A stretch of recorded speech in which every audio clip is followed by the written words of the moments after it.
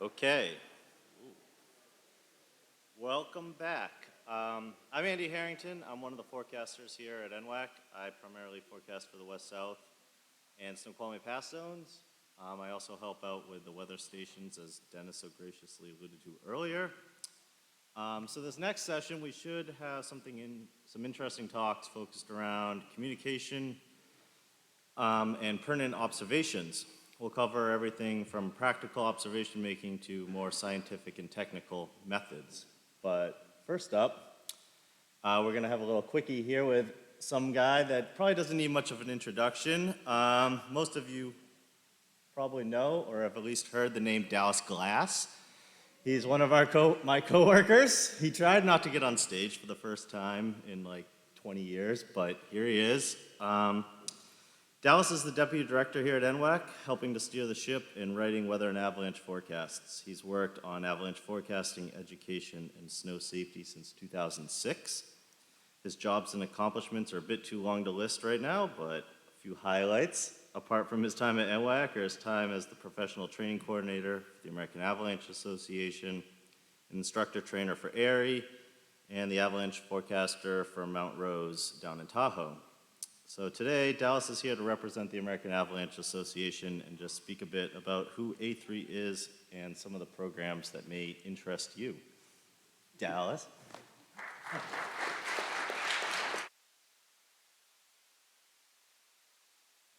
There we go. Thanks so much, Andy. For those of you who are following along on your programs, you may realize that I am not indeed Katie Warren. Katie had some car trouble trying to get back here to Washington for install, and so sadly she couldn't make it. So I'm standing in for her today. I feel very honored to get to be up here representing the American Avalanche Association, and slightly terrified at picking a talk up very, very, very, very last minute. So bear with me on that. But the American Avalanche Association, or A3, is a group that's really near and dear to my heart because, as Andy alluded to, I worked for the American Avalanche Association between 2013 and 2017. So I'm really pleased to get to be back up here representing them and to talk to you all a little bit about who they are, some of the resources that they provide you as a community, and ways that you can get involved. So the American Avalanche Association is an industry trade group made up of members primarily out of the avalanche industry. For years, they were founded in 1986 by a group of like-minded snow folks that were really seeking a connection within their community and finding expertise within the avalanche industry. For a really long time, A3 was primarily known for their publication, the Avalanche Review. The Avalanche Review is sort of a trade journal where you find everything from the latest in scientific snow research to practitioner projects to reviews of maybe major avalanche cycles. But today, A3 does so much more than just produce the Avalanche Review. You can really break down what A3 does into three primary categories: education, publication, and outreach. Whether or not you know it, the American Avalanche Association has had a massive impact on your life. One of the primary things that they do is they set the standards for avalanche education here in the United States. So if you've taken an avalanche class in any level, they're partially responsible for the content that you saw in that course. Not only do they set these standards, but they also approve professional course providers, and they recognize recreational avalanche curriculum. So they have a really big impact on avalanche education. But they do more than just that. They also provide research grants for scientific research and practitioner research. They put on webinars that help us as professionals continue to develop throughout the winter. And they offer scholarships for those seeking professional level avalanche training. Oh, that was not what I meant to do. On the publication, and they really built on top of their Avalanche Review, that foundational piece, taking on over the last decade two other publications for our industry. One, the Snow, Weather, and Avalanche Guidelines. Snow, Weather, and Avalanche Guidelines, or SWAG, is kind of our scientific text that we use as field practitioners that sets all of the standards for how we observe and record all things weather, avalanche, and snow related. If you've ever been in a professional class, this is the book you've probably looked to the most. But even if you've been in a recreational program, most of the tools that you're getting are developed with SWAG as their backbone. So huge text for us. The other is the Snowy Torrents. The Snowy Torrents was a publication that came out for a long time that's very similar to, say, Accidents in North American Mountaineering, put out by the American Alpine Club every year. And it takes avalanche accidents, and it gives a review of those accidents, and it analyzes them so that we can all learn from these really tragic events. But one of the things that A3 does that's the most important, but maybe often the most overlooked, is their outreach. They partner with the National Avalanche Center to produce avalanche.org. If you haven't been to avalanche.org, I do invite you to go do that. There's a lot of great information there. But for folks in this room, one of the key things you're going to find on avalanche.org is if you choose to travel to go recreate somewhere else, it's going to connect you with those local avalanche forecasting resources for whatever mountain region you're going to go play in. Not only do they produce avalanche.org, but on that you'll also find a professional employment listing for us as avalanche workers. That's where we can advertise jobs like our Mount Hood forecaster that we're hiring right now. Allows us to get that word out to our professional community. They also, we use the back end of avalanche.org as a resource for forecasting. So it gives a platform to many avalanche centers, including NWAC, where we build and publish our avalanche forecast. But one of the really neat projects that's brand new with A3 this year is called the Resilience Project. So the Resilience Project is a focus on the mental health of avalanche workers. Listening to Amy talk earlier was really cool. I think we can all agree about the therapeutic nature of being out in the mountains in the backcountry. But one of the things we've seen over the last several years is research is focused on snow safety and avalanche workers is that there's a tremendous amount of stress in these jobs because of the life and death pieces that go in along with them. And there can be some very traumatic events that snow safety individuals wind up dealing with. And so there's been a big focus on mental health. And the Resilience Project is to support the avalanche industry, support individuals and communities by providing mental health resources. Now, there's a lot more to come on this project. They're going to kind of make the big release at the Utah Snow and Avalanche workshop. But right now, already, if you go on the American Avalanche Association's website, you're going to find tools and resources where you can link you or your operation with mental health professionals in your area that are specializing in working with our industry. They also provide research grants. This year, they're increasing the research grant funding to $10,000. So if you are involved in either scientific research or you're involved in more practitioner research, they're taking applications right now. So make sure to get those in. They're due November 16th. And again, this is one of the ways that they really continue to pour back into our community and to build upon all of our work. For those of you who are seeking to become avalanche professionals, they provide 6 scholarships for professional level avalanche training, including some really interesting ones for women's only and young professional scholarships to help reduce some of that cost barrier that can occur when we're looking at formal education. So they have 6 scholarships, and also Wiesen Snow Safety Products, who's downstairs in the vendor section. Go down there and see Eddie at the Wiesen booth. Wiesen also has 2 pro scholarships. Again, deadlines are coming up soon, so make sure to get those in. And then lastly, I've already mentioned publication, but those publications that they took on, there are 2 new versions that you can go online and buy today. There's a new 4th edition of the Snow, Weather, and Avalanche Guidelines. You can get that through Mimeo or Amazon. Those are sort of print on demand. And there's a new version of the Snowy Torrents covering 1986 to 1996. Really great way to use old accidents as a way to learn and make sure we don't repeat the same mistakes of the past. A3 is a membership-driven organization. So if you are a member, thank you so much for your support of A3. For those of you, again, I mentioned this is largely professionals, but there's membership for everyone within our Avalanche community. So if you're interested in receiving the Avalanche Review and receiving A3's monthly newsletter, you can become a general member. There are no prerequisites to join, and you can get that publication with the scientific research, with the practitioner studies as a way to stay engaged and to continue your own learning. Of course, American Avalanche Association would like to thank their sponsors.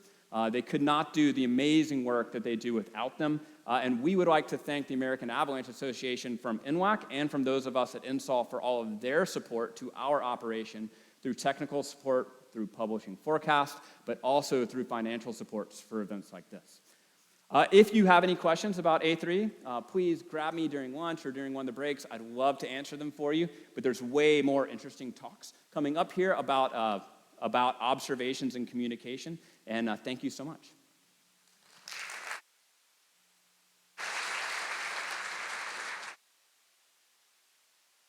Thanks, Nels. Yeah, I'm a professional A3 member, so there we go. And there's a guy in this room who's actually running for the board right now. I'm not going to sell him out, but find him. He can answer some questions, too. Next up, we got Wes Thelen.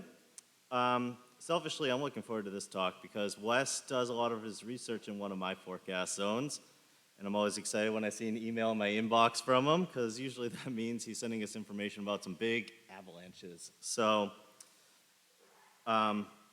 he works for the USGS Cascade Volcano Observatory, and he is originally from Truckee, California, near Lake Tahoe.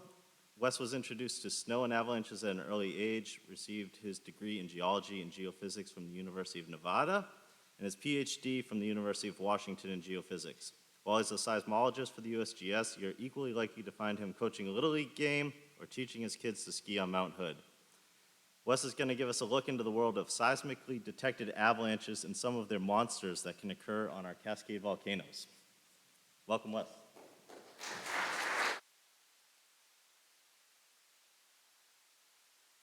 All right. Well, thank you all for coming today and sticking it out through the next 20 minutes of seismic observations of avalanches. So, it's a cheeky title, but,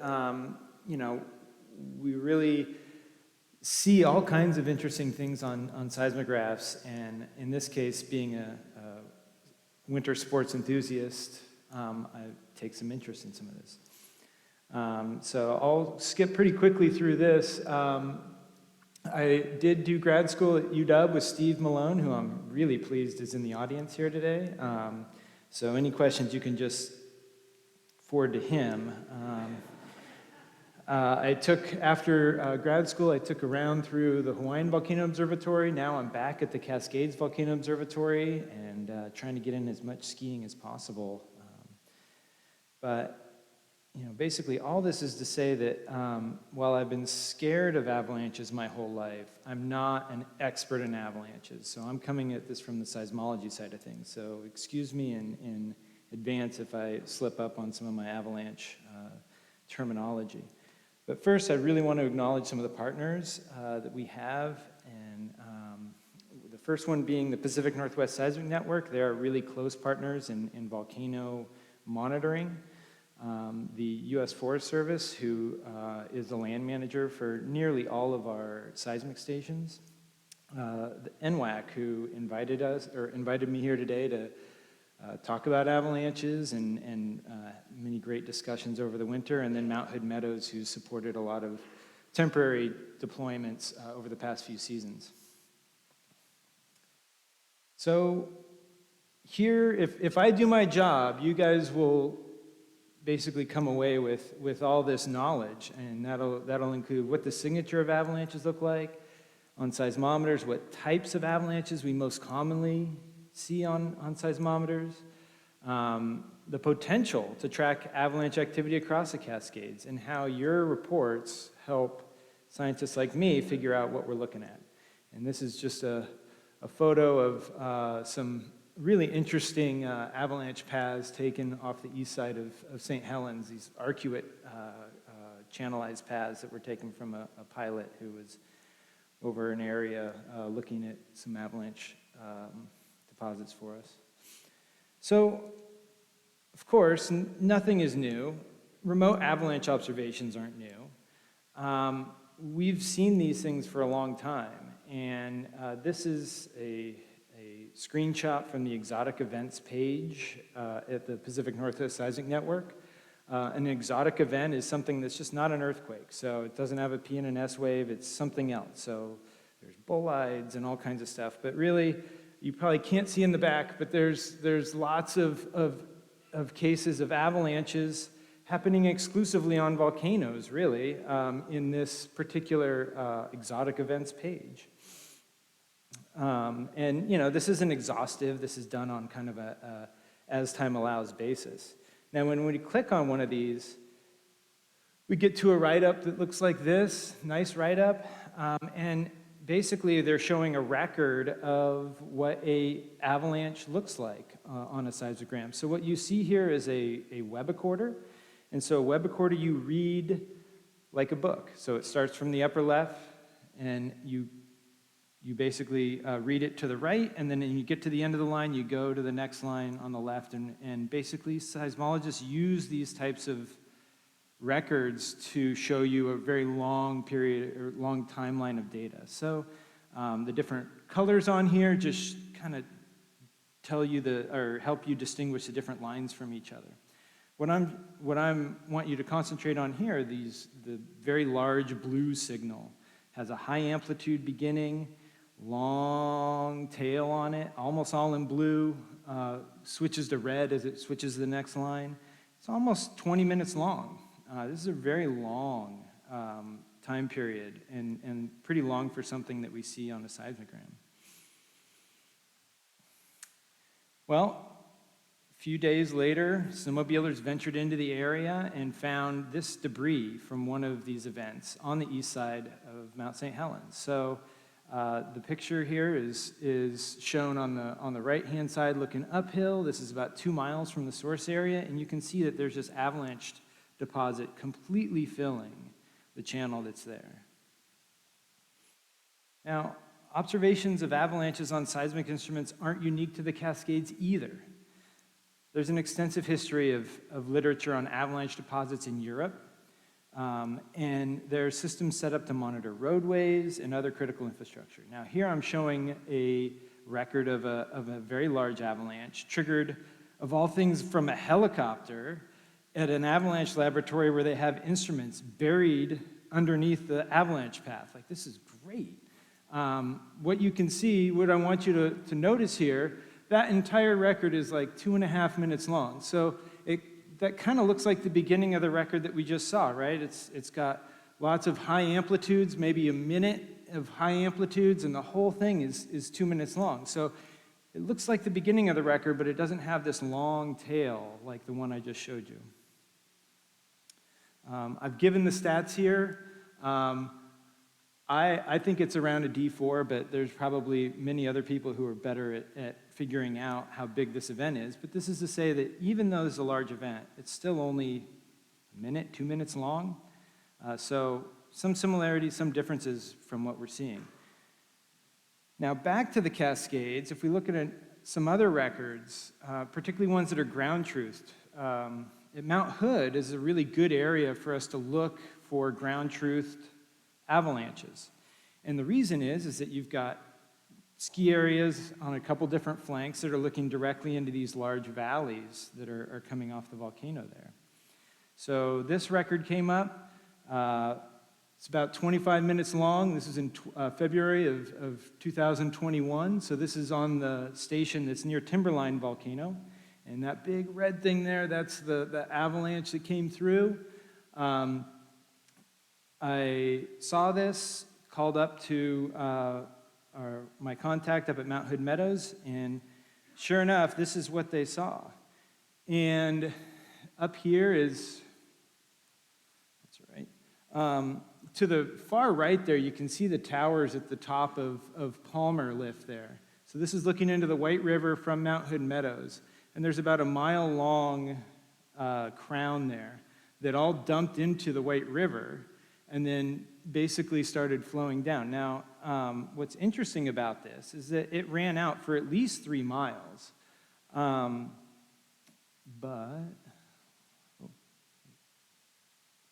we go. At the bottom, you can see that there's this channelized deposit at the bottom. And so that's a unique feature of these really long events, we think. And if you want to see some more information on it, there's the link to the NWAC site or observation up there. I mean, should we Should we look at another avalanche? Well, yeah, we should look at another avalanche. So this is one of two that occurred at Mount St. Helens earlier, or this last winter. They occurred about 20 minutes apart. This one happened on Shoestring Glacier. Same thing, right? You've got a high amplitude start. You've got a longer, low amplitude tail on it. Here's a couple of the observations on the NWAC site for some more information there. But I'm showing these just to tell you that your observations absolutely help us validate what we're looking at on the records. Now, a few days later, got this video from Mike Williams of the deposit. So this is sitting about 3 miles away. And this, actually, the avalanche path started not in Shoestring Glacier, which is the big notch, or Shoestring Notch, which is the big notch up to the left, but actually one drainage over and came down. And yes. So you can see just the scale of the deposit and how even that far away from the volcano, it was just trucking along. Really interesting features there.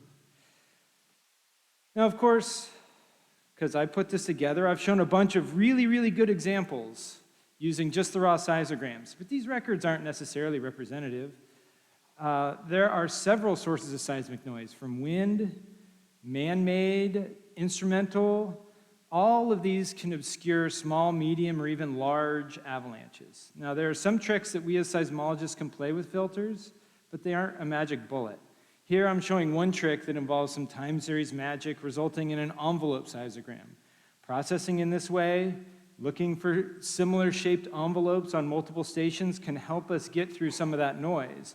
But again, it doesn't work in every case. There was a D4 avalanche that the patrol at Mount Hood Meadows flagged for me earlier this last winter, and for the life of me, I still cannot find this event in the seismic record. So we can do, we can do a little bit as seismologists, but sometimes there's just too much noise. So let's review. What we've seen so far is long-duration seismic signals. They have a high amplitude beginning. They have a long tail on them. And on the right here, I'm showing a few of these envelope seismograms. One from Mount St. Helens, one from Mount Hood, and then a bonus one from Mount Shasta. Go look at the photos from the Mount Shasta event. They're really great on the Shasta Avalanche Center page. But they're all, these big ones are all on the scale of 20 minutes or so. They all kind of look the same. So, what is going on here?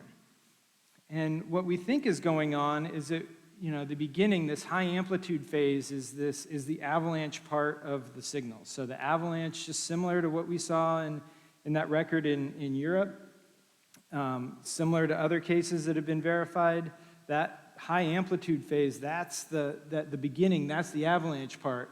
The long duration tail on that's where the deposit comes down into the channel and winds its way down. And that's what we're seeing with some of these longer events. I mean, imagine, this is like 20 minutes of just this thing moving like a snake down the hill. Just wild to think about.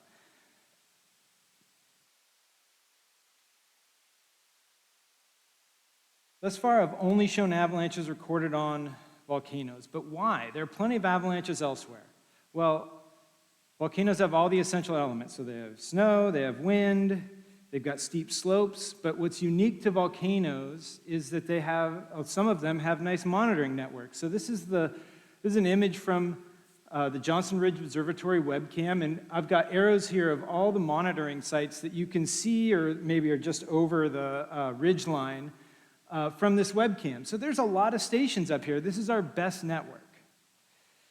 So, we can use this network to do things like volcano monitoring, which is what it's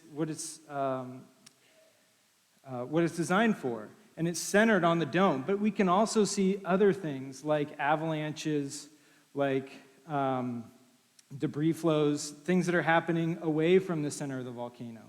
And so, when we have this number of stations, it's really helpful for us. We can do, we can combine or look at a couple different stations, and then we can tell what might be a natural event, like an avalanche, and we might be able to tell it from something that's noise, like, goats or split borders.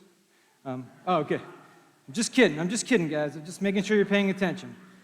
And so we can basically this is an optimal area for us to be seeing some of these avalanche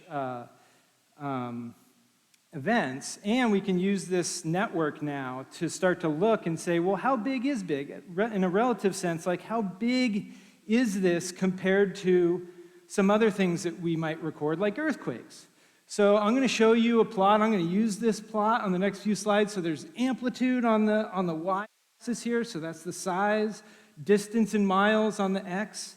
And so I'm just going to show you how the amplitude of the seismic waves change with distance. So you already know what this is going to look like, right? If I'm close to something, it's going to be big.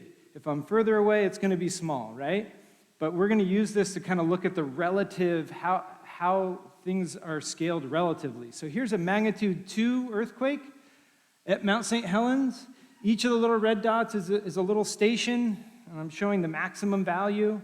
And I'm drawing a cloud around it because there's going to be more dots on here, and I want to group these together into the same earthquake. So this is a magnitude 2. Even though we have stations right on top of the volcano, we are only getting observations within about 3 miles. Well, that's because the earthquake's happening at depth. Here's a magnitude 1 earthquake. So in blue, magnitude 1, it's kind of got the same pattern, so that's good. But it's just smaller. So that's exactly what we would expect. So magnitude 2, magnitude 1. Now we're going to go to a magnitude 0.5. So now we're getting real small, right? You can't feel anything really below a 2.5 unless you're right on top of it. This is magnitude 0.5. Again, same pattern, smaller. So let's get into some avalanches. Here is a D4 avalanche at Mount St. Helens on the same network. And you can see that we've got a lot of overlap with the magnitude 1 earthquake. So kind of similar to a magnitude 1, not quite. D3 event, okay, smaller than the D4, has more overlap with a magnitude 0.5 earthquake.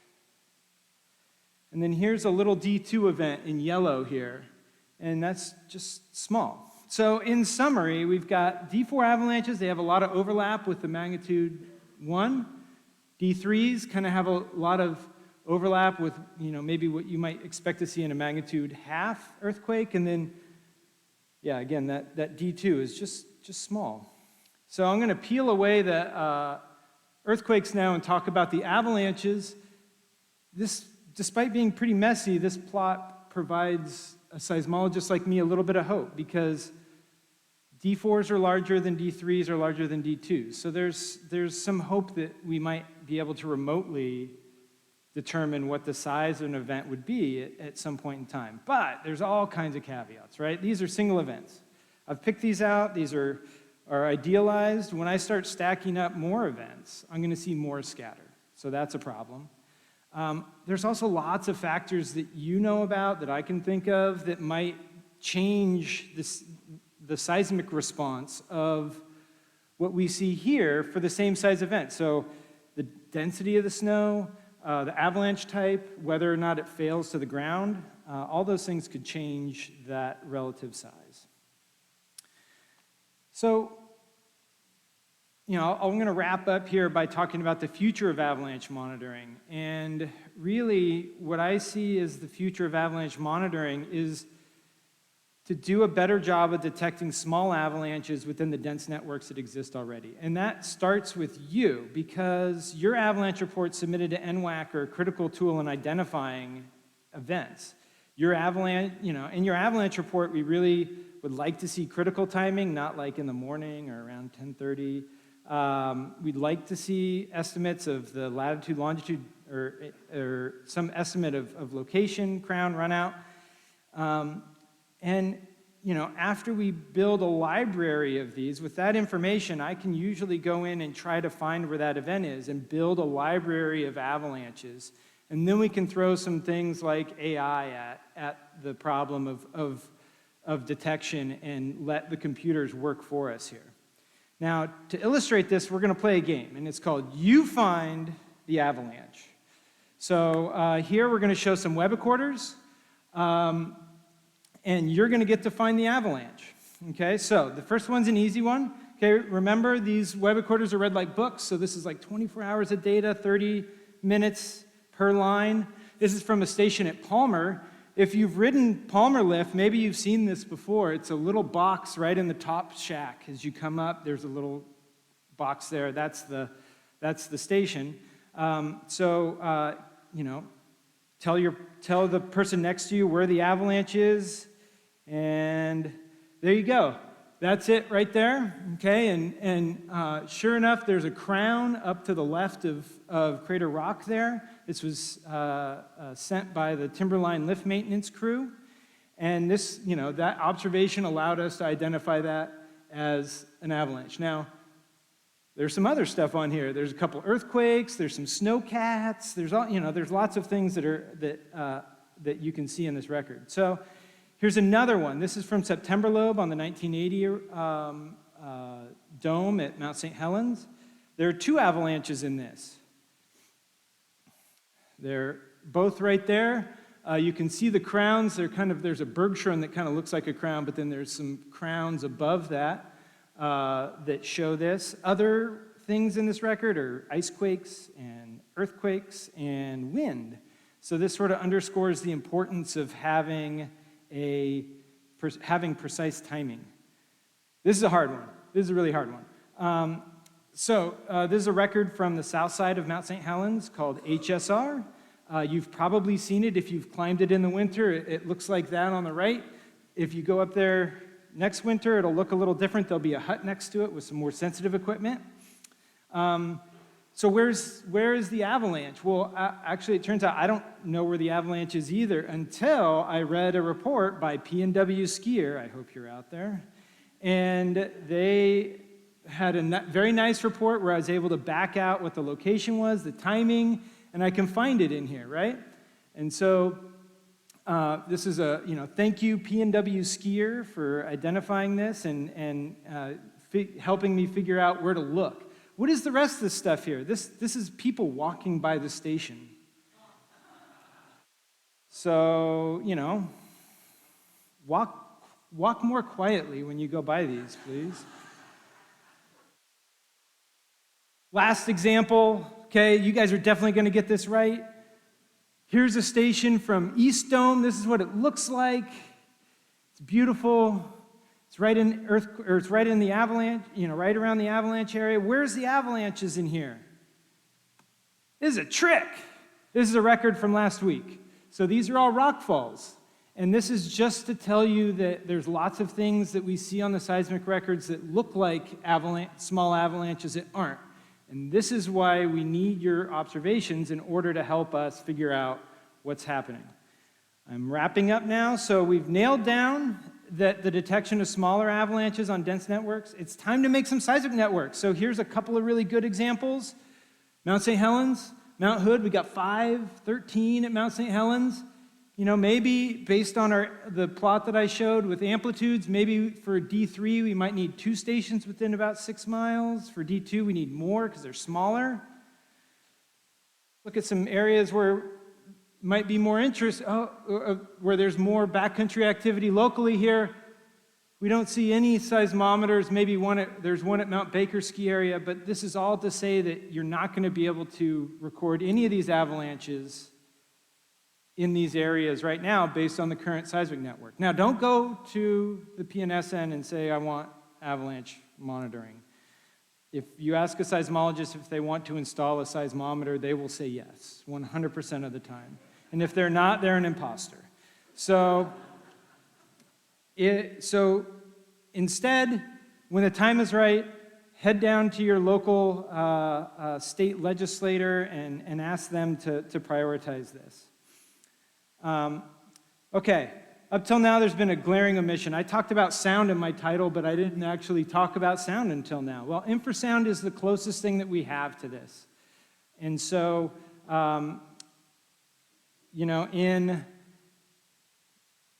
in places like Utah and Colorado, where they go on and on and on about the quality of their snow, there's lots of records of infrasound in those areas.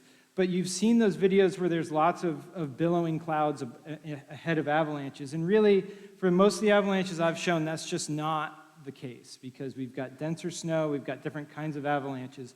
But there is one case here where we can see an avalanche coming down off the northeast side of the crater here, and it basically goes right toward our best infrasound station. So on the top right there is their infrasound record. Infrasound is just sound waves traveling through the atmosphere below our hearing.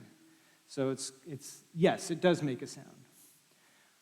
I've gone over time, so I will leave this for you to read. And this is a record from Avalanche in 2011, recorded on Timberline and by the Mount Hood Patrol there. So thank you, everyone.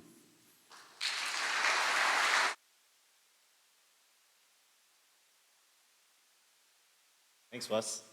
You're only getting me to talk to the legislator if you put ATR sensors on your equipment. Do we have time for questions? Maybe one? I guess there's one. It's too interesting. Sorry, man. It's all good. We'll get through it. I was just wondering whether seismographs have actual microphones. I mean, goats sound different than snowcats, sound different than avalanches. Could an actual sound recorder help you figure out? Yeah, so obviously I've showed you it's pretty raw records, right? I mean, I can do a little better as a seismologist at looking at characteristics of the frequency and kind of looking to see if it's recorded on other nearby stations, and that can help us identify whether or not it's a snowcat or somebody walking or a goat or a split border. All right.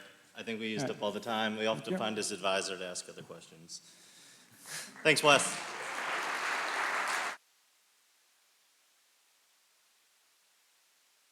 All right, next up, many folks would agree that there are few people as excited about being in the mountains as our next presenter.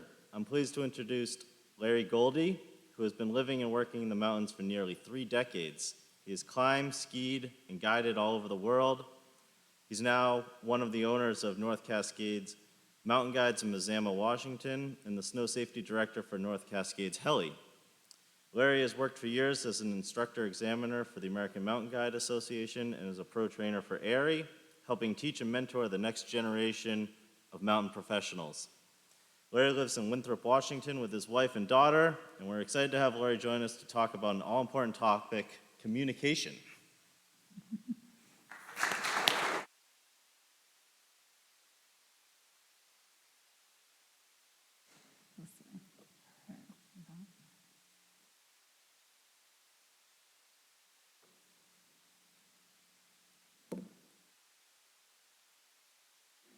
Well, it was a dark and stormy night. Actually, I've just always wanted to start out a talk that way. It was actually a dark and stormy day. So it's late December 2008, and the North Cascades has the weakest snowpack it's had in several decades. So we didn't get a lot of snow through the fall. The lower elevations didn't have any snow at all. The upper elevations barely had enough snow to cover the rocks and the ground cover. So nobody is out skiing. December 27th, we get a big storm that comes in. Now there's enough snow to actually cover all those rocks and trees sticking up. So what conspires now is literally the perfect storm. So it's just past Christmas. Everyone has time off. Everyone has new toys that they want to go play with. People have friends in town, and we have no safe terrain to ski in. I actually had a friend in town.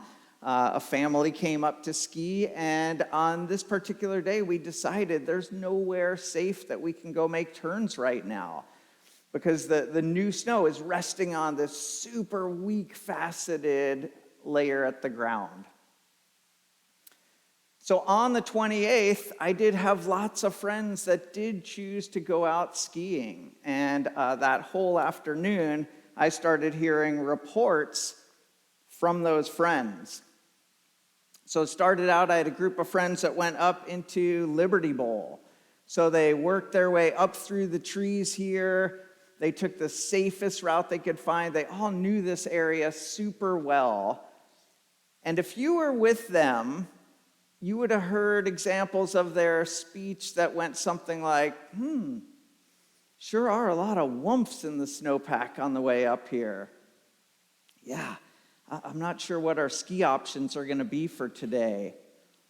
Yeah, seems like we want to keep it pretty mellow. Everyone's kind of beating around the bush a little bit.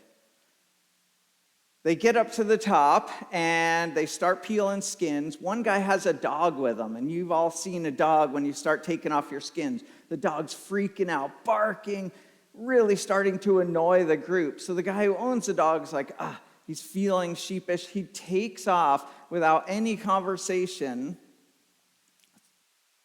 heads right over to this slope, which is one of the more aggressive lines, makes 2 turns on the slope. The whole thing rips wall to wall down to the ground. Big avalanche. Lo and behold, unknown to these people, there's another group coming up below them that they couldn't see that wind up getting hit by this avalanche debris. Turns out everybody's okay, nobody's buried, there's some lost gear, but it's a super close call. My phone rings a short time later. There's been an avalanche at Hart's Pass involving a bunch of snowmobilers. 4 snowmobilers riding around. They know the danger is high, so they make a good choice and they spend the whole morning riding low-angle terrain. Well, they didn't see any signs of instability on that low-angle terrain, so then they decide it's time to go high marking. Very quickly, they trigger an avalanche. Somebody's buried and killed. I get a call again later. One of the guides from my company was actually out guiding for the day. And he's up at the head of the Hairpin Valley, and there's another big group of locals skiing there as well. And he's on his last run, and he's on his way down. His last skier is just coming out this really low-angle exit to a slide path. And the group above, the person out front, cuts into the steep start zone, triggers another big avalanche, gets swept over a cliff, breaks his leg, and the debris is coming down right toward the last guest in the guide's group. And he's yelling at him. The guy's running. He just can't get out of the way in time, gets hit from behind, clicks out of his skis, but he's not buried. He's fine. They're digging around trying to find the gear. They can't find one of the skis. Ultimately, the guide gives him his ski, and the guide skis out on one ski. They make it back, and this is where I come into the story. So this guide comes to my house that night. He's like, if you guys had a metal detector, I guarantee you could find that ski. So this ski, my guide service had just bought. It was a brand new demo ski. It was literally the first day this ski had ever been out. We hadn't even paid for it yet. So I've got this buddy in town. We're not going skiing. We're obviously in the middle of an avalanche cycle. So I'm like, well, yeah, we could go look for the ski. I know that area super well. We're going to be in low-angle terrain where the run out was. The path just ran the day before, so the instability has been knocked out of there. There's a spot we can stand where we can just have one person on the slope at a time. You see where I'm going? We're rationalizing our decision to go out and look for this ski. You can kind of tell. I actually took this photo about 2 minutes before, spoiler alert, the avalanche. It was dumping out. It was snowing like 2 inches an hour. The winds are nuking up high. So I start out with the metal detector. I can't find the ski. Finally, my friend Dave takes his turn. He's working back and forth, lower down on the slope. As he gets further away, I realize that my spotting location, I can't really talk with him.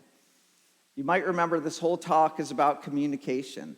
So I realize I need to get a little closer to Dave so that we can communicate.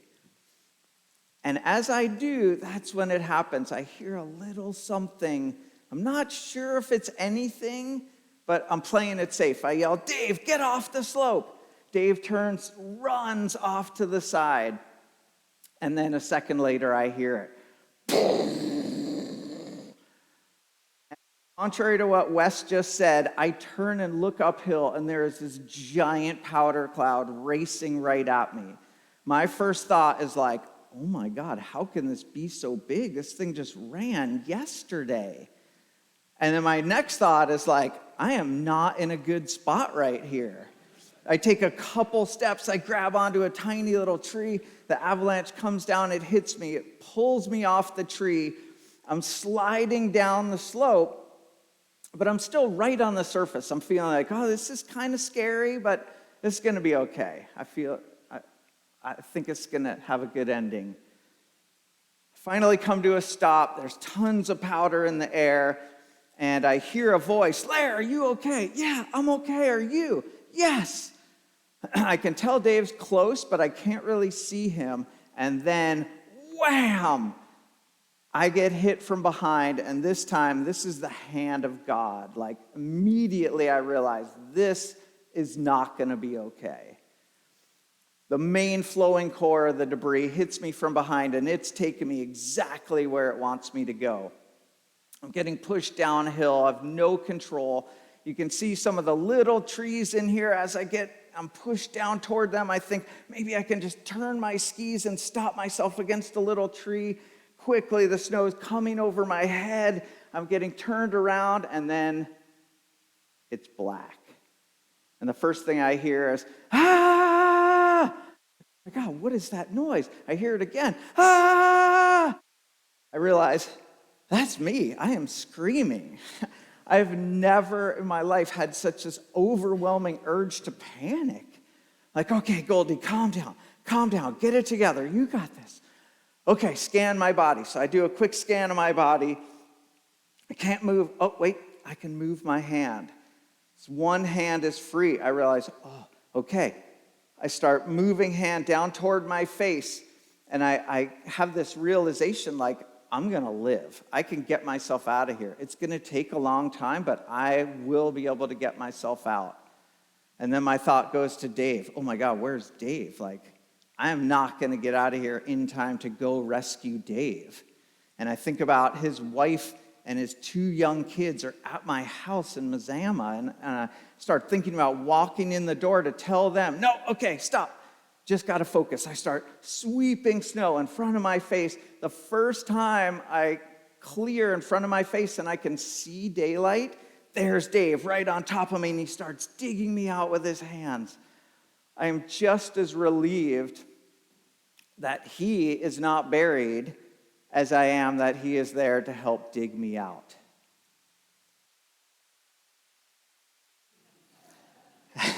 So we all love hearing stories, right?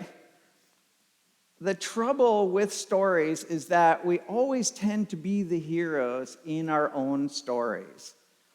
There's this concept called cognitive dissonance, which essentially says that sometimes there's this inconsistency between our behaviors and our beliefs.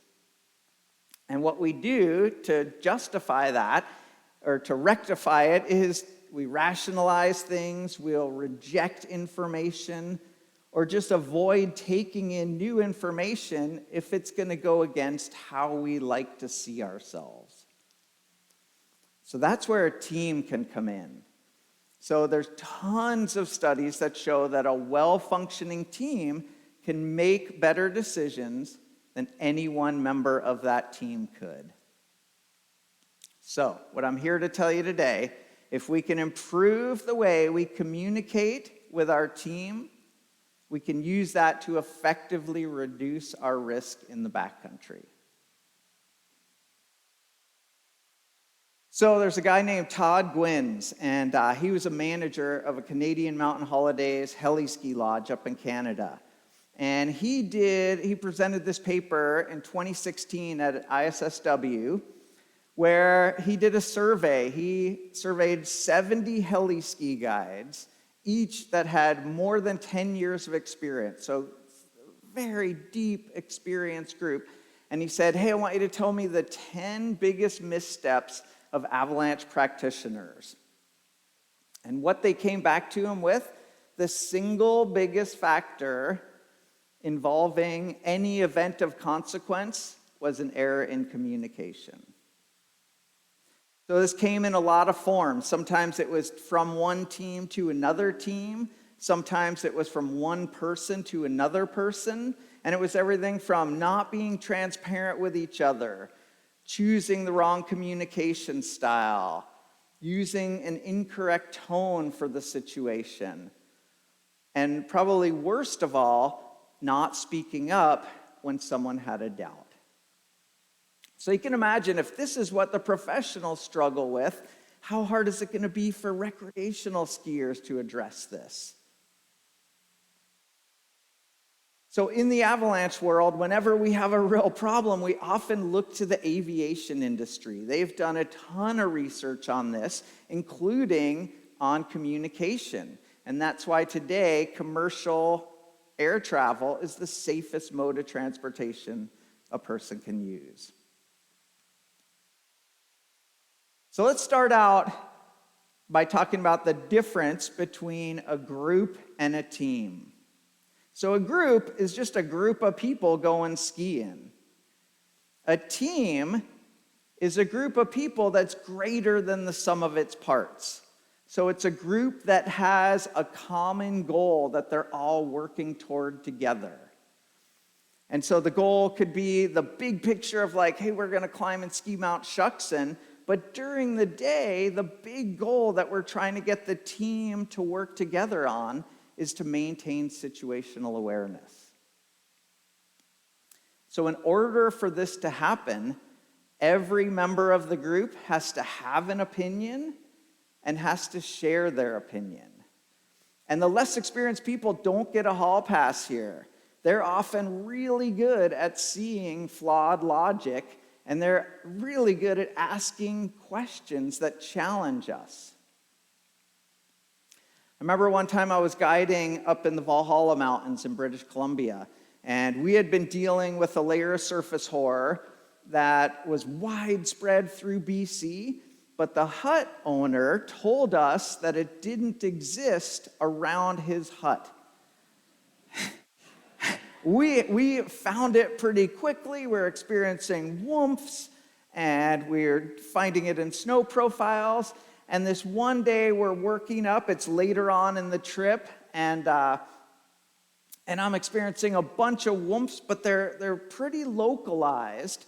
And my co-instructor gets up to me at the top of the run. He's like, wow, maybe this is one of those basins that guy was talking about. I didn't hear a single WUMF the whole day.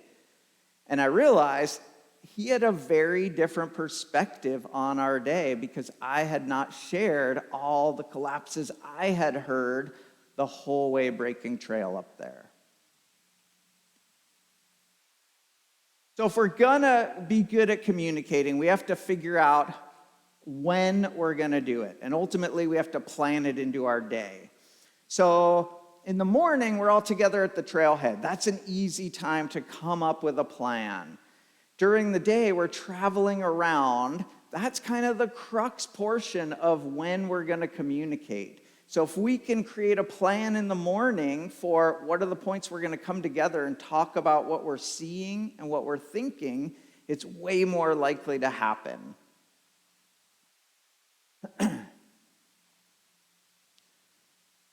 This is where radios can come in super handy. How many people regularly ski in the backcountry with radios? Awesome. If you don't ski with a radio in the backcountry, you've effectively taken away the ability for you to communicate at a distance with your team. One of the biggest ways we manage risk in the backcountry is by spreading out and skiing one at a time. So we need to figure out how we can communicate while we're spread out. Radios are one of the best tools to do that. There's a booth here today called the Backcountry Radio Initiative that is trying to get skiers in certain zones on the same backcountry channel. So now you can have team-to-team communication. This is all in a goal to raise situational awareness of people traveling in the backcountry. So go check those guys out. When I was a kid, my dad would always tell me, you got 2 ears, but only 1 mouth, so you should listen twice as much as you speak. And there's a big difference between passive listening and active listening, right? Listening is a verb. It's an action word. It's something we do. And it gets diminished when we're distracted, when we're cold or tired, when we're hangry, or just even when we're excited, we're getting ready to go skiing. So we have to work to listen. I spent a lot of my year working on guides courses, teaching mountain guides. And when we're training ski guides, one of the biggest things that we encourage them is to keep their communications brief and simple. Less is more. Really streamline it down, because the first thing, I guarantee it, the guide skis away and the rest of the group is standing at the top of the slope, somebody turns and goes, "What did he say?" They're not going to remember much, so don't say a whole lot. So when we're communicating with our team, though, we want to distill it down, but we're looking for precision in our speech. We want to say exactly what we think. When I say to somebody, "I feel pretty good about this, dude," that doesn't really mean a whole lot. I need to dig down to what I really mean. This is the other end of the spectrum. This is not the most useful thing for you to send into NWAC as an observation, right? It's just, if you're used to reading this jargon, it can be super helpful. But if you're not, it has no relevance or context. So that's what we're trying to put into our communications. There's a tool we use all the time for radio communications, and we can do this same thing even when you're talking to somebody face-to-face. It's a little acronym we call LORI. So I could get on the radio after skiing. I'm the first one down. "Hey guys, I just skied that line furthest right in Super Narble." When I stopped at the bottom, though, I had a huge woomph. This small feature nearby is freshly avalanched. I think that surface horror that we've been dealing with is still really reactive. We should avoid the main part of the slope today. Just ski the trees on the right-hand side that are lower angle. So one of the things we do, I mentioned it at the first part of the story, is sometimes we sugarcoat our speech. It's what's known as mitigated speech. One of the most famous examples comes from Malcolm Gladwell, tells this story in his book Outliers. So there's this flight, Avianca 52, from Colombia up to New York City. And the weather is terrible in New York, so this plane, they keep putting it on these holding patterns. And after the third holding pattern, the plane is literally running out of fuel.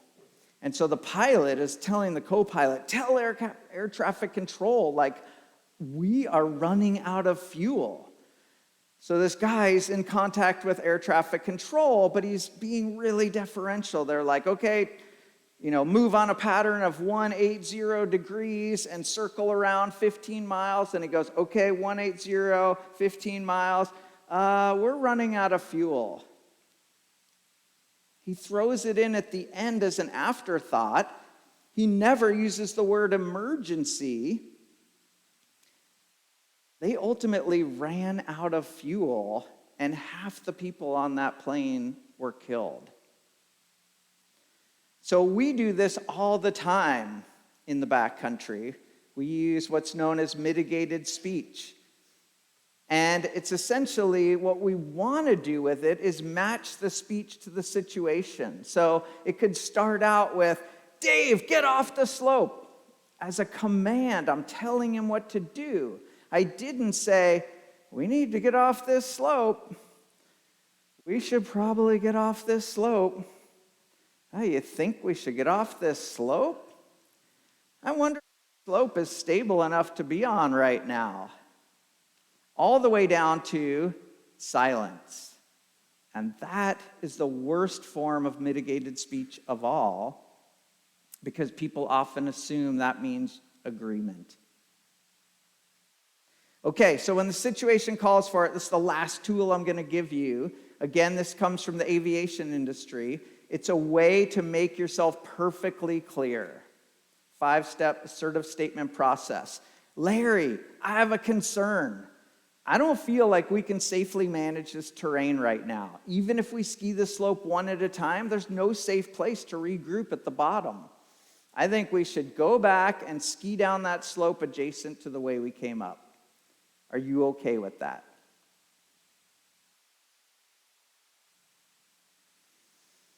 Okay, so to wrap up, most accidents in the backcountry are a result of failures in our communication. So in order for us to address that, we need to have a plan for when the communication is going to happen. Every single member of the team has the responsibility to help the team maintain situational awareness.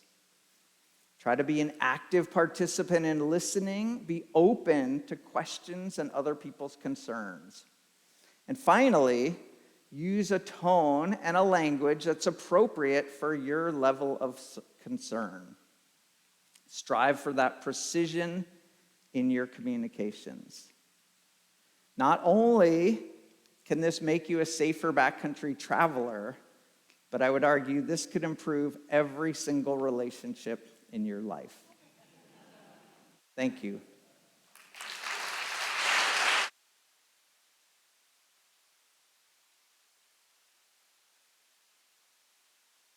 Thanks, Larry. I think we have time for one question. Is there anything from the internet world? Not yet. Okay. Anybody have a question for Larry? Oh, we got one way over here.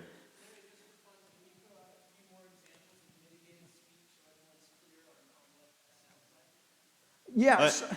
Just to repeat, since he didn't have the microphone, he wants a couple of examples of mitigated speech so that we can hear what that sounds like. So mitigated speech is essentially sugarcoating what you're really trying to say. So, for example, you're uncomfortable skiing a slope, but you're out with Steve Christie, and he skis here all the time. He's clearly not going to ski the slope if it's not safe. And so instead of saying, I'm not comfortable with this, I might say, I wonder if this slope ever does avalanche. You ever seen this slope avalanche? You don't think it could avalanche today. So I'm not coming right out and saying that I'm uncomfortable with it. I'm beating around the bush. I'm sugarcoating my speech. Thanks, Barry. I think that's it. So, Okay. well, okay. Surprise, one more. All right. Let's see. How do I formulate that? Yeah, but so I'm in aviation. I'm in the aviation business, and I think it's so interesting that the mitigated speech is one thing, that you want to try to avoid, but you also probably, would want to listen to the mitigated speech, right? Because if someone is like, what do you think? Do we have enough fuel? No, but if someone's saying anything at all, they're probably, it's like the tip of the iceberg of concern. Yeah, so, I could have spent this whole time just talking about mitigated speech. But you're right. There's a lot of reasons why people use it. And in the aviation world, it's often a little bit of deference. So if I'm the co-pilot, I'm not going to say, Captain, we're almost out of fuel. It's like, he's the captain, he's looking at the fuel gauge. But if I'm looking at it and it's clear that he's not, I might, out of respect, say, how are we looking on fuel, right? I don't want to put him on that spot. And so ultimately, I'm not going to go straight to the command, Captain, look at the fuel gauge. I might I'm going to use a tone that's appropriate for the situation. And I think it's something we all need to strive for. And where the speech becomes mitigated is when I don't choose a tone that's appropriate for my level of concern. So I didn't tell Dave, hey, you think we should be on this slope right now? I thought I heard an avalanche. I yelled to get off the slope. Those friends of mine in Liberty Bowl, nobody wanted to say, I don't think we should be here today. They were all using mitigated speech to sort of justify, snowpack sure seems unstable. I wonder where we're going to ski here today. Does that make sense? Thanks, Larry. Fuel's good. Time is limited, though. So we got lunch. All right. Lunch is up next, so we got one more to go.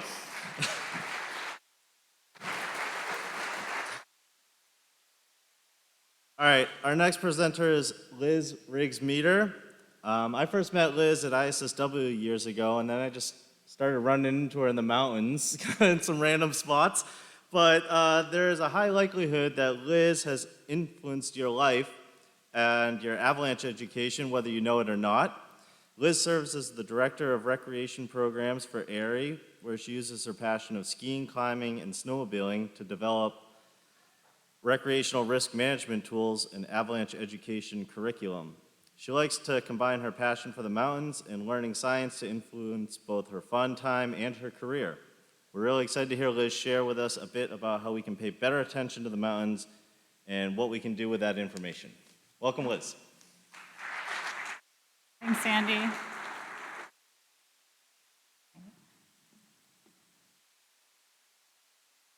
Clicker. It has 2 buttons, I've been told. The green button. All right. I'm going to open today with a story, and I promise it doesn't involve an involvement with an avalanche. So I'm a skier, so this is told from a skier's point of view, but this story is applicable whether you climb up the mountains, slide down them, or power across them. And as I tell this story, I want you all to just bring to mind something from last winter, the last time that you talked with your partners to make a decision about your next leg of movement through the mountains. So that moment that I just got, oh, here we are. We're going to take this earring out because I think it's causing problems. No bling. All right. So for me, that moment of decision often looks like this when I come up over a ridge and I look down. And these are some of the first thoughts that come to mind. Man, I'm so stoked to be out here. It's so beautiful. I'm really stoked to not be working and be doing something fun without the kids in tow. This looks really, really good. This is more snow than we thought. And that cornice over there is really big. And it's actually blown around a lot more than I was anticipating, and I can't see what's over that roll. And so unless my partner is standing right next to me, or as Larry pointed out, possibly even if my partner was standing right next to me, I may not communicate these things right away because invariably everybody has some things to attend to. People are faffing around in their bags, grabbing some water. And as I put on my jacket and grab a drink of water, my mind's gonna start to wander as I take care of my own needs. I'm sort of like a little kid with a short attention span, or as probably many adults in here will attest, us as well. And so those thoughts start to be, these useful thoughts start to be replaced with things like, I'm cold and I'm hungry, which makes me remember that I wanted to make fajitas tonight, so I need to buy torts on the way home. This is, remember? Today. And what was that email that Emma sent about last Wednesday? And I forgot to update those numbers in that report. And oh, shoot, did I pay my credit card bill? I've been told by my husband, no, I think about the snow. when I look at the snow. And I'm like, yeah, you do, but if you think about it, all these other things pop in, and you can still see the thoughts about the snow there, but now there's all this other garbage up there about torts and emails. And so think of your brain as like YouTube, kind of just a series of commercials going through there as you're waiting to talk with your partners about your next leg. Now you've got all this word salad kind of in the back of your head, and you're gonna pull out what information you can remember when you talk to your partners. And what's gonna happen is, as you try to pull out the useful stuff, your brain is just gonna default to pulling out what's easiest to recall, because that's how our memory works. Our brain is kind of lazy. It's gonna pull out what's easiest. And so that can lead to answering a question, well, when you come to talk to your partners about, should we ski this slope? Your brain might move to a different question, such as, can we ski this slope? Because it's easier to recall, oh yeah, we've skied this before, or I've skied in conditions like this before, or this isn't as steep as I thought, and I know how to ski this. So we might miss those really important observations about there being more snow than we thought, and that cornice actually being bigger, and the fact that we can't ski all the way down the slope. And we fail to talk about these things with our partners. So our brain is an incredible organ. It can perceive, process, and record an insane amount of information. And it's able to do this by employing adaptive filters that are based on our patterns and past experiences. And it filters out what it deems noise so that we can focus on the task at hand.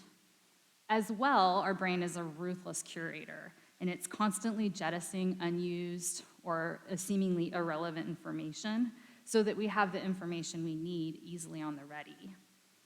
Fortunately, we also understand quite a bit about the brain, and we can use that understanding of how we process information and form memories to both direct our attention and help us recall what's important. So my goal today is to give you a process based on this understanding to help you direct your attention to notice the important things, and as well to be able to recall them ultimately so that you can manage your risk and find the conditions that you're looking for in the backcountry.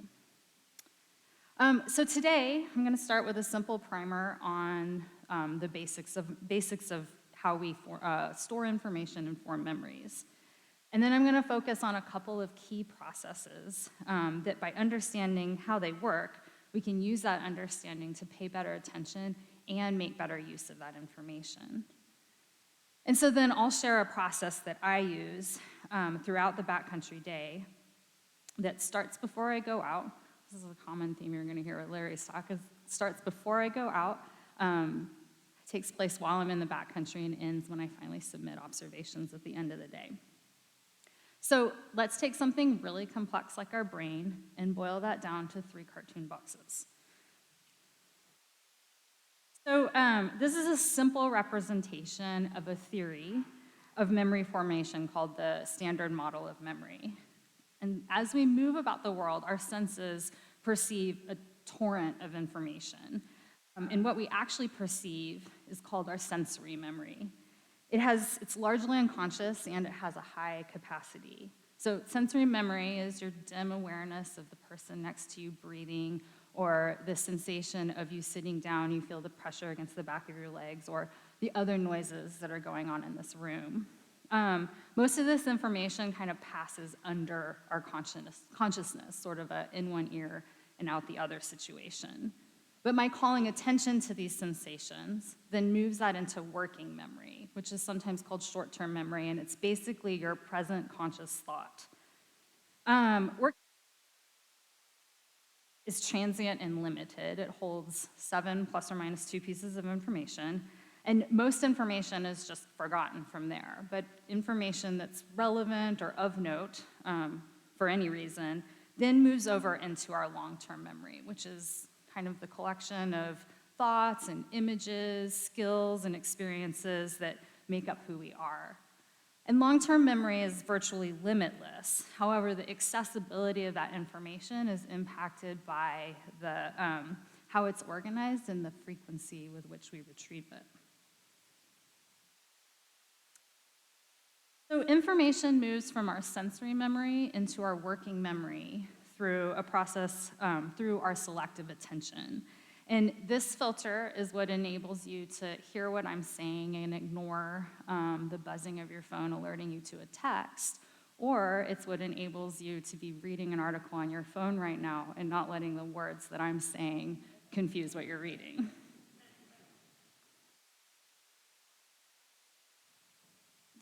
Working memory is temporary, so it's the words that I'm saying, what you're conscious of right now, the words that I'm saying right now, and not the words from 4 slides ago.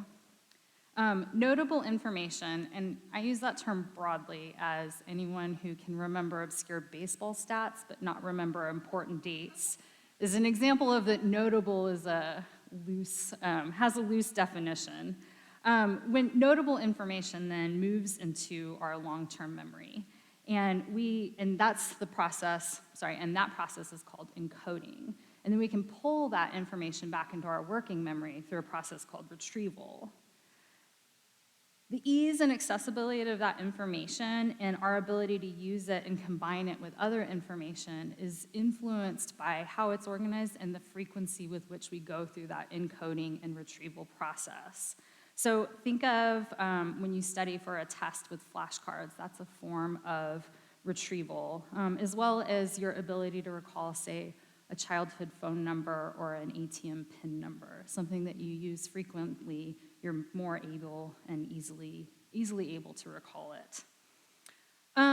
Accessibility of that information in our long-term memory is also influenced by the structure and the information already there, particularly the information that's already there, which is why it's easier for professional Avalanche professionals to notice relevant information and bring that into a discussion later on. It's because they go through that process on a daily basis, many times each day.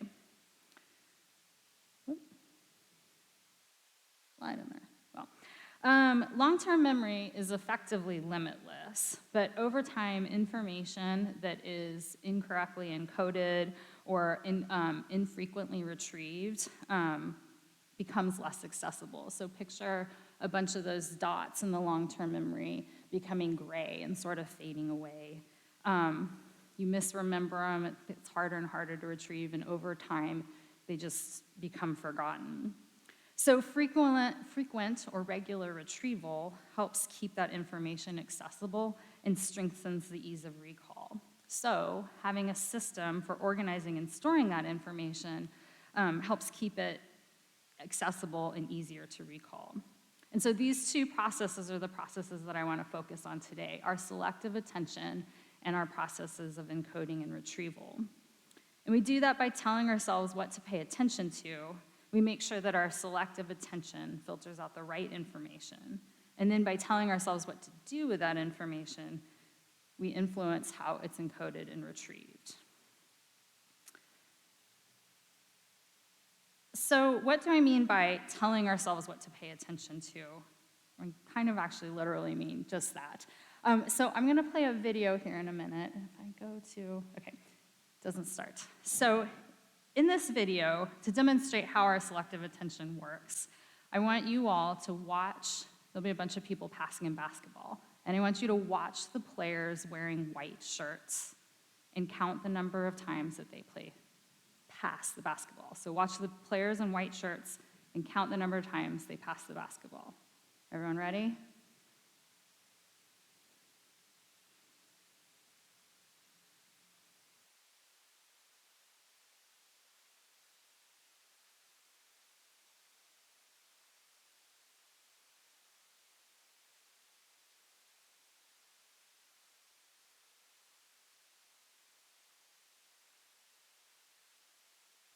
Okay, so on the count of 3, I want everyone to yell out how many times the players in white pass the basketball. 1, 2, 3. Wow, I wasn't sure if we'd get all the same. I got 14, maybe 15. There was sort of a fast pass somewhere in there. But really the more important question is, raise your hand if you saw the gorilla. Okay, so I'll play this one more time. He even thumbs his chest. So the gorilla, whether you saw the gorilla or not, and now you will never not be able to see that gorilla, whether you saw it or not, your brain was doing a very vital and basic functioning, which is to filter out extraneous information so that we can focus on the task at hand. And this is super important, otherwise we'd just be paralyzed by the sheer volume of sensory input that comes at us all the time at any given moment. And so this filter, because it's necessary, happens whether we want it to or not. And so we want to make sure that it's being applied to the right thing. Just as I told you all to pay attention to the players in the white shirts, I want to make sure that I'm priming myself to pay attention to the important details.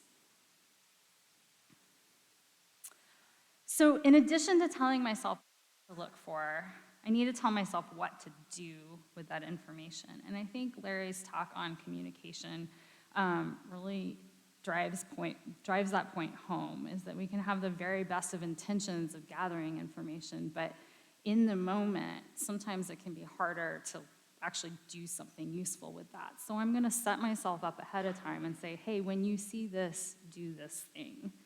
So it just helps remove some of that friction, the processing friction, the like, do something friction, when lots of other things are going on, like you've got a dog barking at you, or you're cold, or you're hungry, or you're just excited to be out because it's been a long week at work. Pre-telling yourself what to do with that information makes it more likely that you'll take that action. So I'm also going to have an organized way to deal with that information. I'm not going to rely on that I will pull that out at the right time. So kind of think of it as the difference between working with this. I guess it depends on the type of your person you are, but this is really stress-inducing. But as you can see by that early slide, this is possibly what it looks like in my head most of the time. So we want to give ourselves a system that looks a little bit more like this. We can say, oh, I want that piece of information. It's right here. And so to do that, I like to build myself mental bookshelves to help organize my information. And the more we retrieve that information within an organized structure, the more that it's likely that it sticks around to be accessible for the future. And I think there's a lot of ways you can do this. The important thing is that you have a bookshelf. If you've ever listened to any of my talks or taken a course with me, you know I'm a big fan of bookshelves. But my shelf for this one in particular looks like this. There's hazards, conditions, and future information. Hazards are the now information. What did NWAC tell me to look for? What are the hazards that my group agreed to look for? Is there something that's unexpected? Most importantly, was there wumping and cracking, and did we see signs of avalanches? So that's why that's on the top shelf. Conditions is just simply, where is the good snow? It's the reason that I want to be out. So for me as a skier, I'm just looking for soft snow that's fun to slide down. Future information isn't really related to today in particular. It's present Liz doing a solid for future Liz, giving her some information when she goes to go out the next weekend. At 3 points in the day, then, before I go out, while I'm in the backcountry, and then at the end of the day, I'm going to refer back to this bookshelf to organize my information. So before going out, when I'm planning, I literally just make a table, whether that's on my phone or written down in a field book, of what I'm going to look for, and then more importantly, what I'm going to do with that information. So super simple so that it fits on this slide. I probably have a lot more specific information here. Hazards, always signs of recent avalanches, wumping, cracking should be on there. Maybe there's threshold values. A phrase I frequently see on NWAC's forecast would be, look for places where the wind has piled up snow, and then avoid it. And again, for conditions, a skier, so I'm looking for soft snow. Future info, if this was a storm, maybe I'm just trying to keep track of how much there is and where it's piled up. Perhaps more important than that, I'm missing another slide, is, so I am missing a slide. The other thing is that I'm going to tell myself what to do. So in that very top one, I just really want to drive home to reinforce Larry's point. I'm going to stop and talk with my group. Anytime I see those things, if I said, hey, this is a hazard, that's when I should talk with my partners. And perhaps to borrow from Larry's phrase, I'm going to make my group a team. For the other info, I'm going to write it down. So the benefit of doing this before I go out, telling myself what to look for and telling myself what to do with that information, means that I have a thought that I can talk with my partners about. And this is kind of a gut check, so we can say, hey, this is what I'm expecting. Is this what you're expecting? So that we're not collectively missing the gorilla walking across the room. So what we're doing is setting ourselves up to have some sway over our selective attention and then also over how we encode and retrieve that information. So once I'm in the backcountry then, I'm gonna pay attention to the things that I said I would. And again, I'm kind of lazy and easily distractible. So I do this by just simply asking myself, are things lining up with what I expected? And this is a good prompt for two reasons. First, it prompts me to recall what I expected. And the second thing is it just is another way to double check that, should I stop and talk with my group and see if things aren't lining up the way we thought. It acts as sort of that, again, that check for that gorilla that's just wandering through the middle of the room. Let's see, I'm losing my track. So when I notice something then, I also try to keep it simple. Like I have the bookshelf, but I simplify it even further. And I just start off by asking myself, is this now or later information? And now information is stuff about the hazard, signs of recent avalanches, woofing, cracking, the things that you told yourself to look for, the threshold values or things that are unexpected. And then I'm gonna stop and talk about it with my group. I don't have to solve that problem alone. I should employ the collective wisdom of my partners to help us figure out if we need to change plans. Later information is everything on those bottom two shelves, stuff about conditions and future info. So you can use the Lori example. I keep it really simple and just write down what did I find, where did I find it, what does it mean? You can write this down if you're an older person like me. Larry Goldie has a great tip I learned from him last year, which is to use the dictation in the Notes app on your phone and collect those later at the end of the day. So then at the end of the day, I'm gonna summarize up everything that I found. This is another form of that encoding and retrieval. So I just make another column and I say, what did we find? And I discuss it with those that I was out with and submit an observation to NWAC. And each time I do this, each time I discuss it with my partner, submit an observation, write it down in a notebook, it's a cycle of encoding and retrieval. And so each of those cycles reinforces those pathways, making it available to build on later, which is what learning is. And that is how we can learn from our experience. So today I've gone through a basic understanding of how our memory works to use it to our advantage so that we can focus what we pay attention to now as well as what to do with that information later on. Telling ourselves what to pay attention to helps us not miss the important things and gives us language to draw from the group's collective attention. Telling ourselves what to do with that information prompts us to put it somewhere so that we can recall it later on. Before I go out and while I'm in the backcountry and at the end of the day, I work with a bookshelf to organize my thoughts. Then in the backcountry, I ask myself, and I do this before I go out. In the backcountry, I ask myself what I'm seeing, is it expected or unexpected? To prompt myself to notice the things that I told myself to notice. And then to keep it simple, I ask if it's now or later information. If it's now information, I discuss it with my group. If it's later information, I write it down. And then at the end of the day, I review what I saw and then share that information with others, generally by observations. So what I hope is that by developing routines based on our understanding of memory, we can work with our brain to increase our attention and in order to manage our risk and find the conditions that we're looking for. So thank you.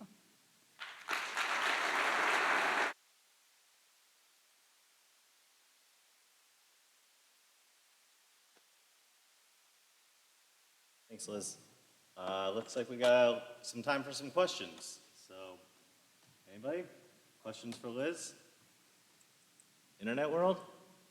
Your people too. No? Nothing yet? Everyone wants lunch. I think everybody does want lunch. Can anybody remember? Oh, we got one in the back. Here we go. Hi, thanks for that talk. That was really great. Wow, it's very loud.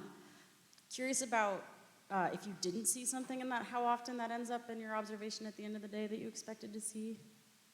Sorry, could you say that one more time? So we talked about what you did see. I was wondering if what you didn't see that you expected to see ever Oh. kind of ends up. That's a good way to add that too. So that kind of that pertinent negative. And one thing that probably should get added to that column is what we did see, and then asking once again, was that expected or unexpected? And then that could be where you capture some of those pertinent negatives. And this is not like a scientifically tested process. This is just me sharing, like, this is how my hot mess of a sticky note brain tries to organize information. I really encourage you all to find a way that works for you, that fits in the Notes app on your phone, or that fits in a whatever version of field book that you carry in your pocket. Liz's bookshelf sounds pretty scientific. I'm into it.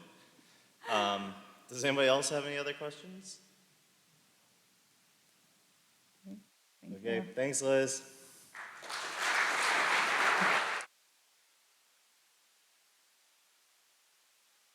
So I have one other announcement before we get to lunch. If you are into the raffle, we will be selling raffle tickets throughout the lunch period. And then at the end of the lunch period, they will start drawing. So that is your last chance to get into the raffle. And they will announce the winners at the end of session 3. Lunch is on the bottom floor. So 2 floors down below the coffee area. And I think that's pretty much it. We'll be there for questions, and I'm sure some of the other speakers, if you want to grab them and tell them how great their talk was, or ask them a question that you weren't able to, they'd be happy to talk to you. Thanks.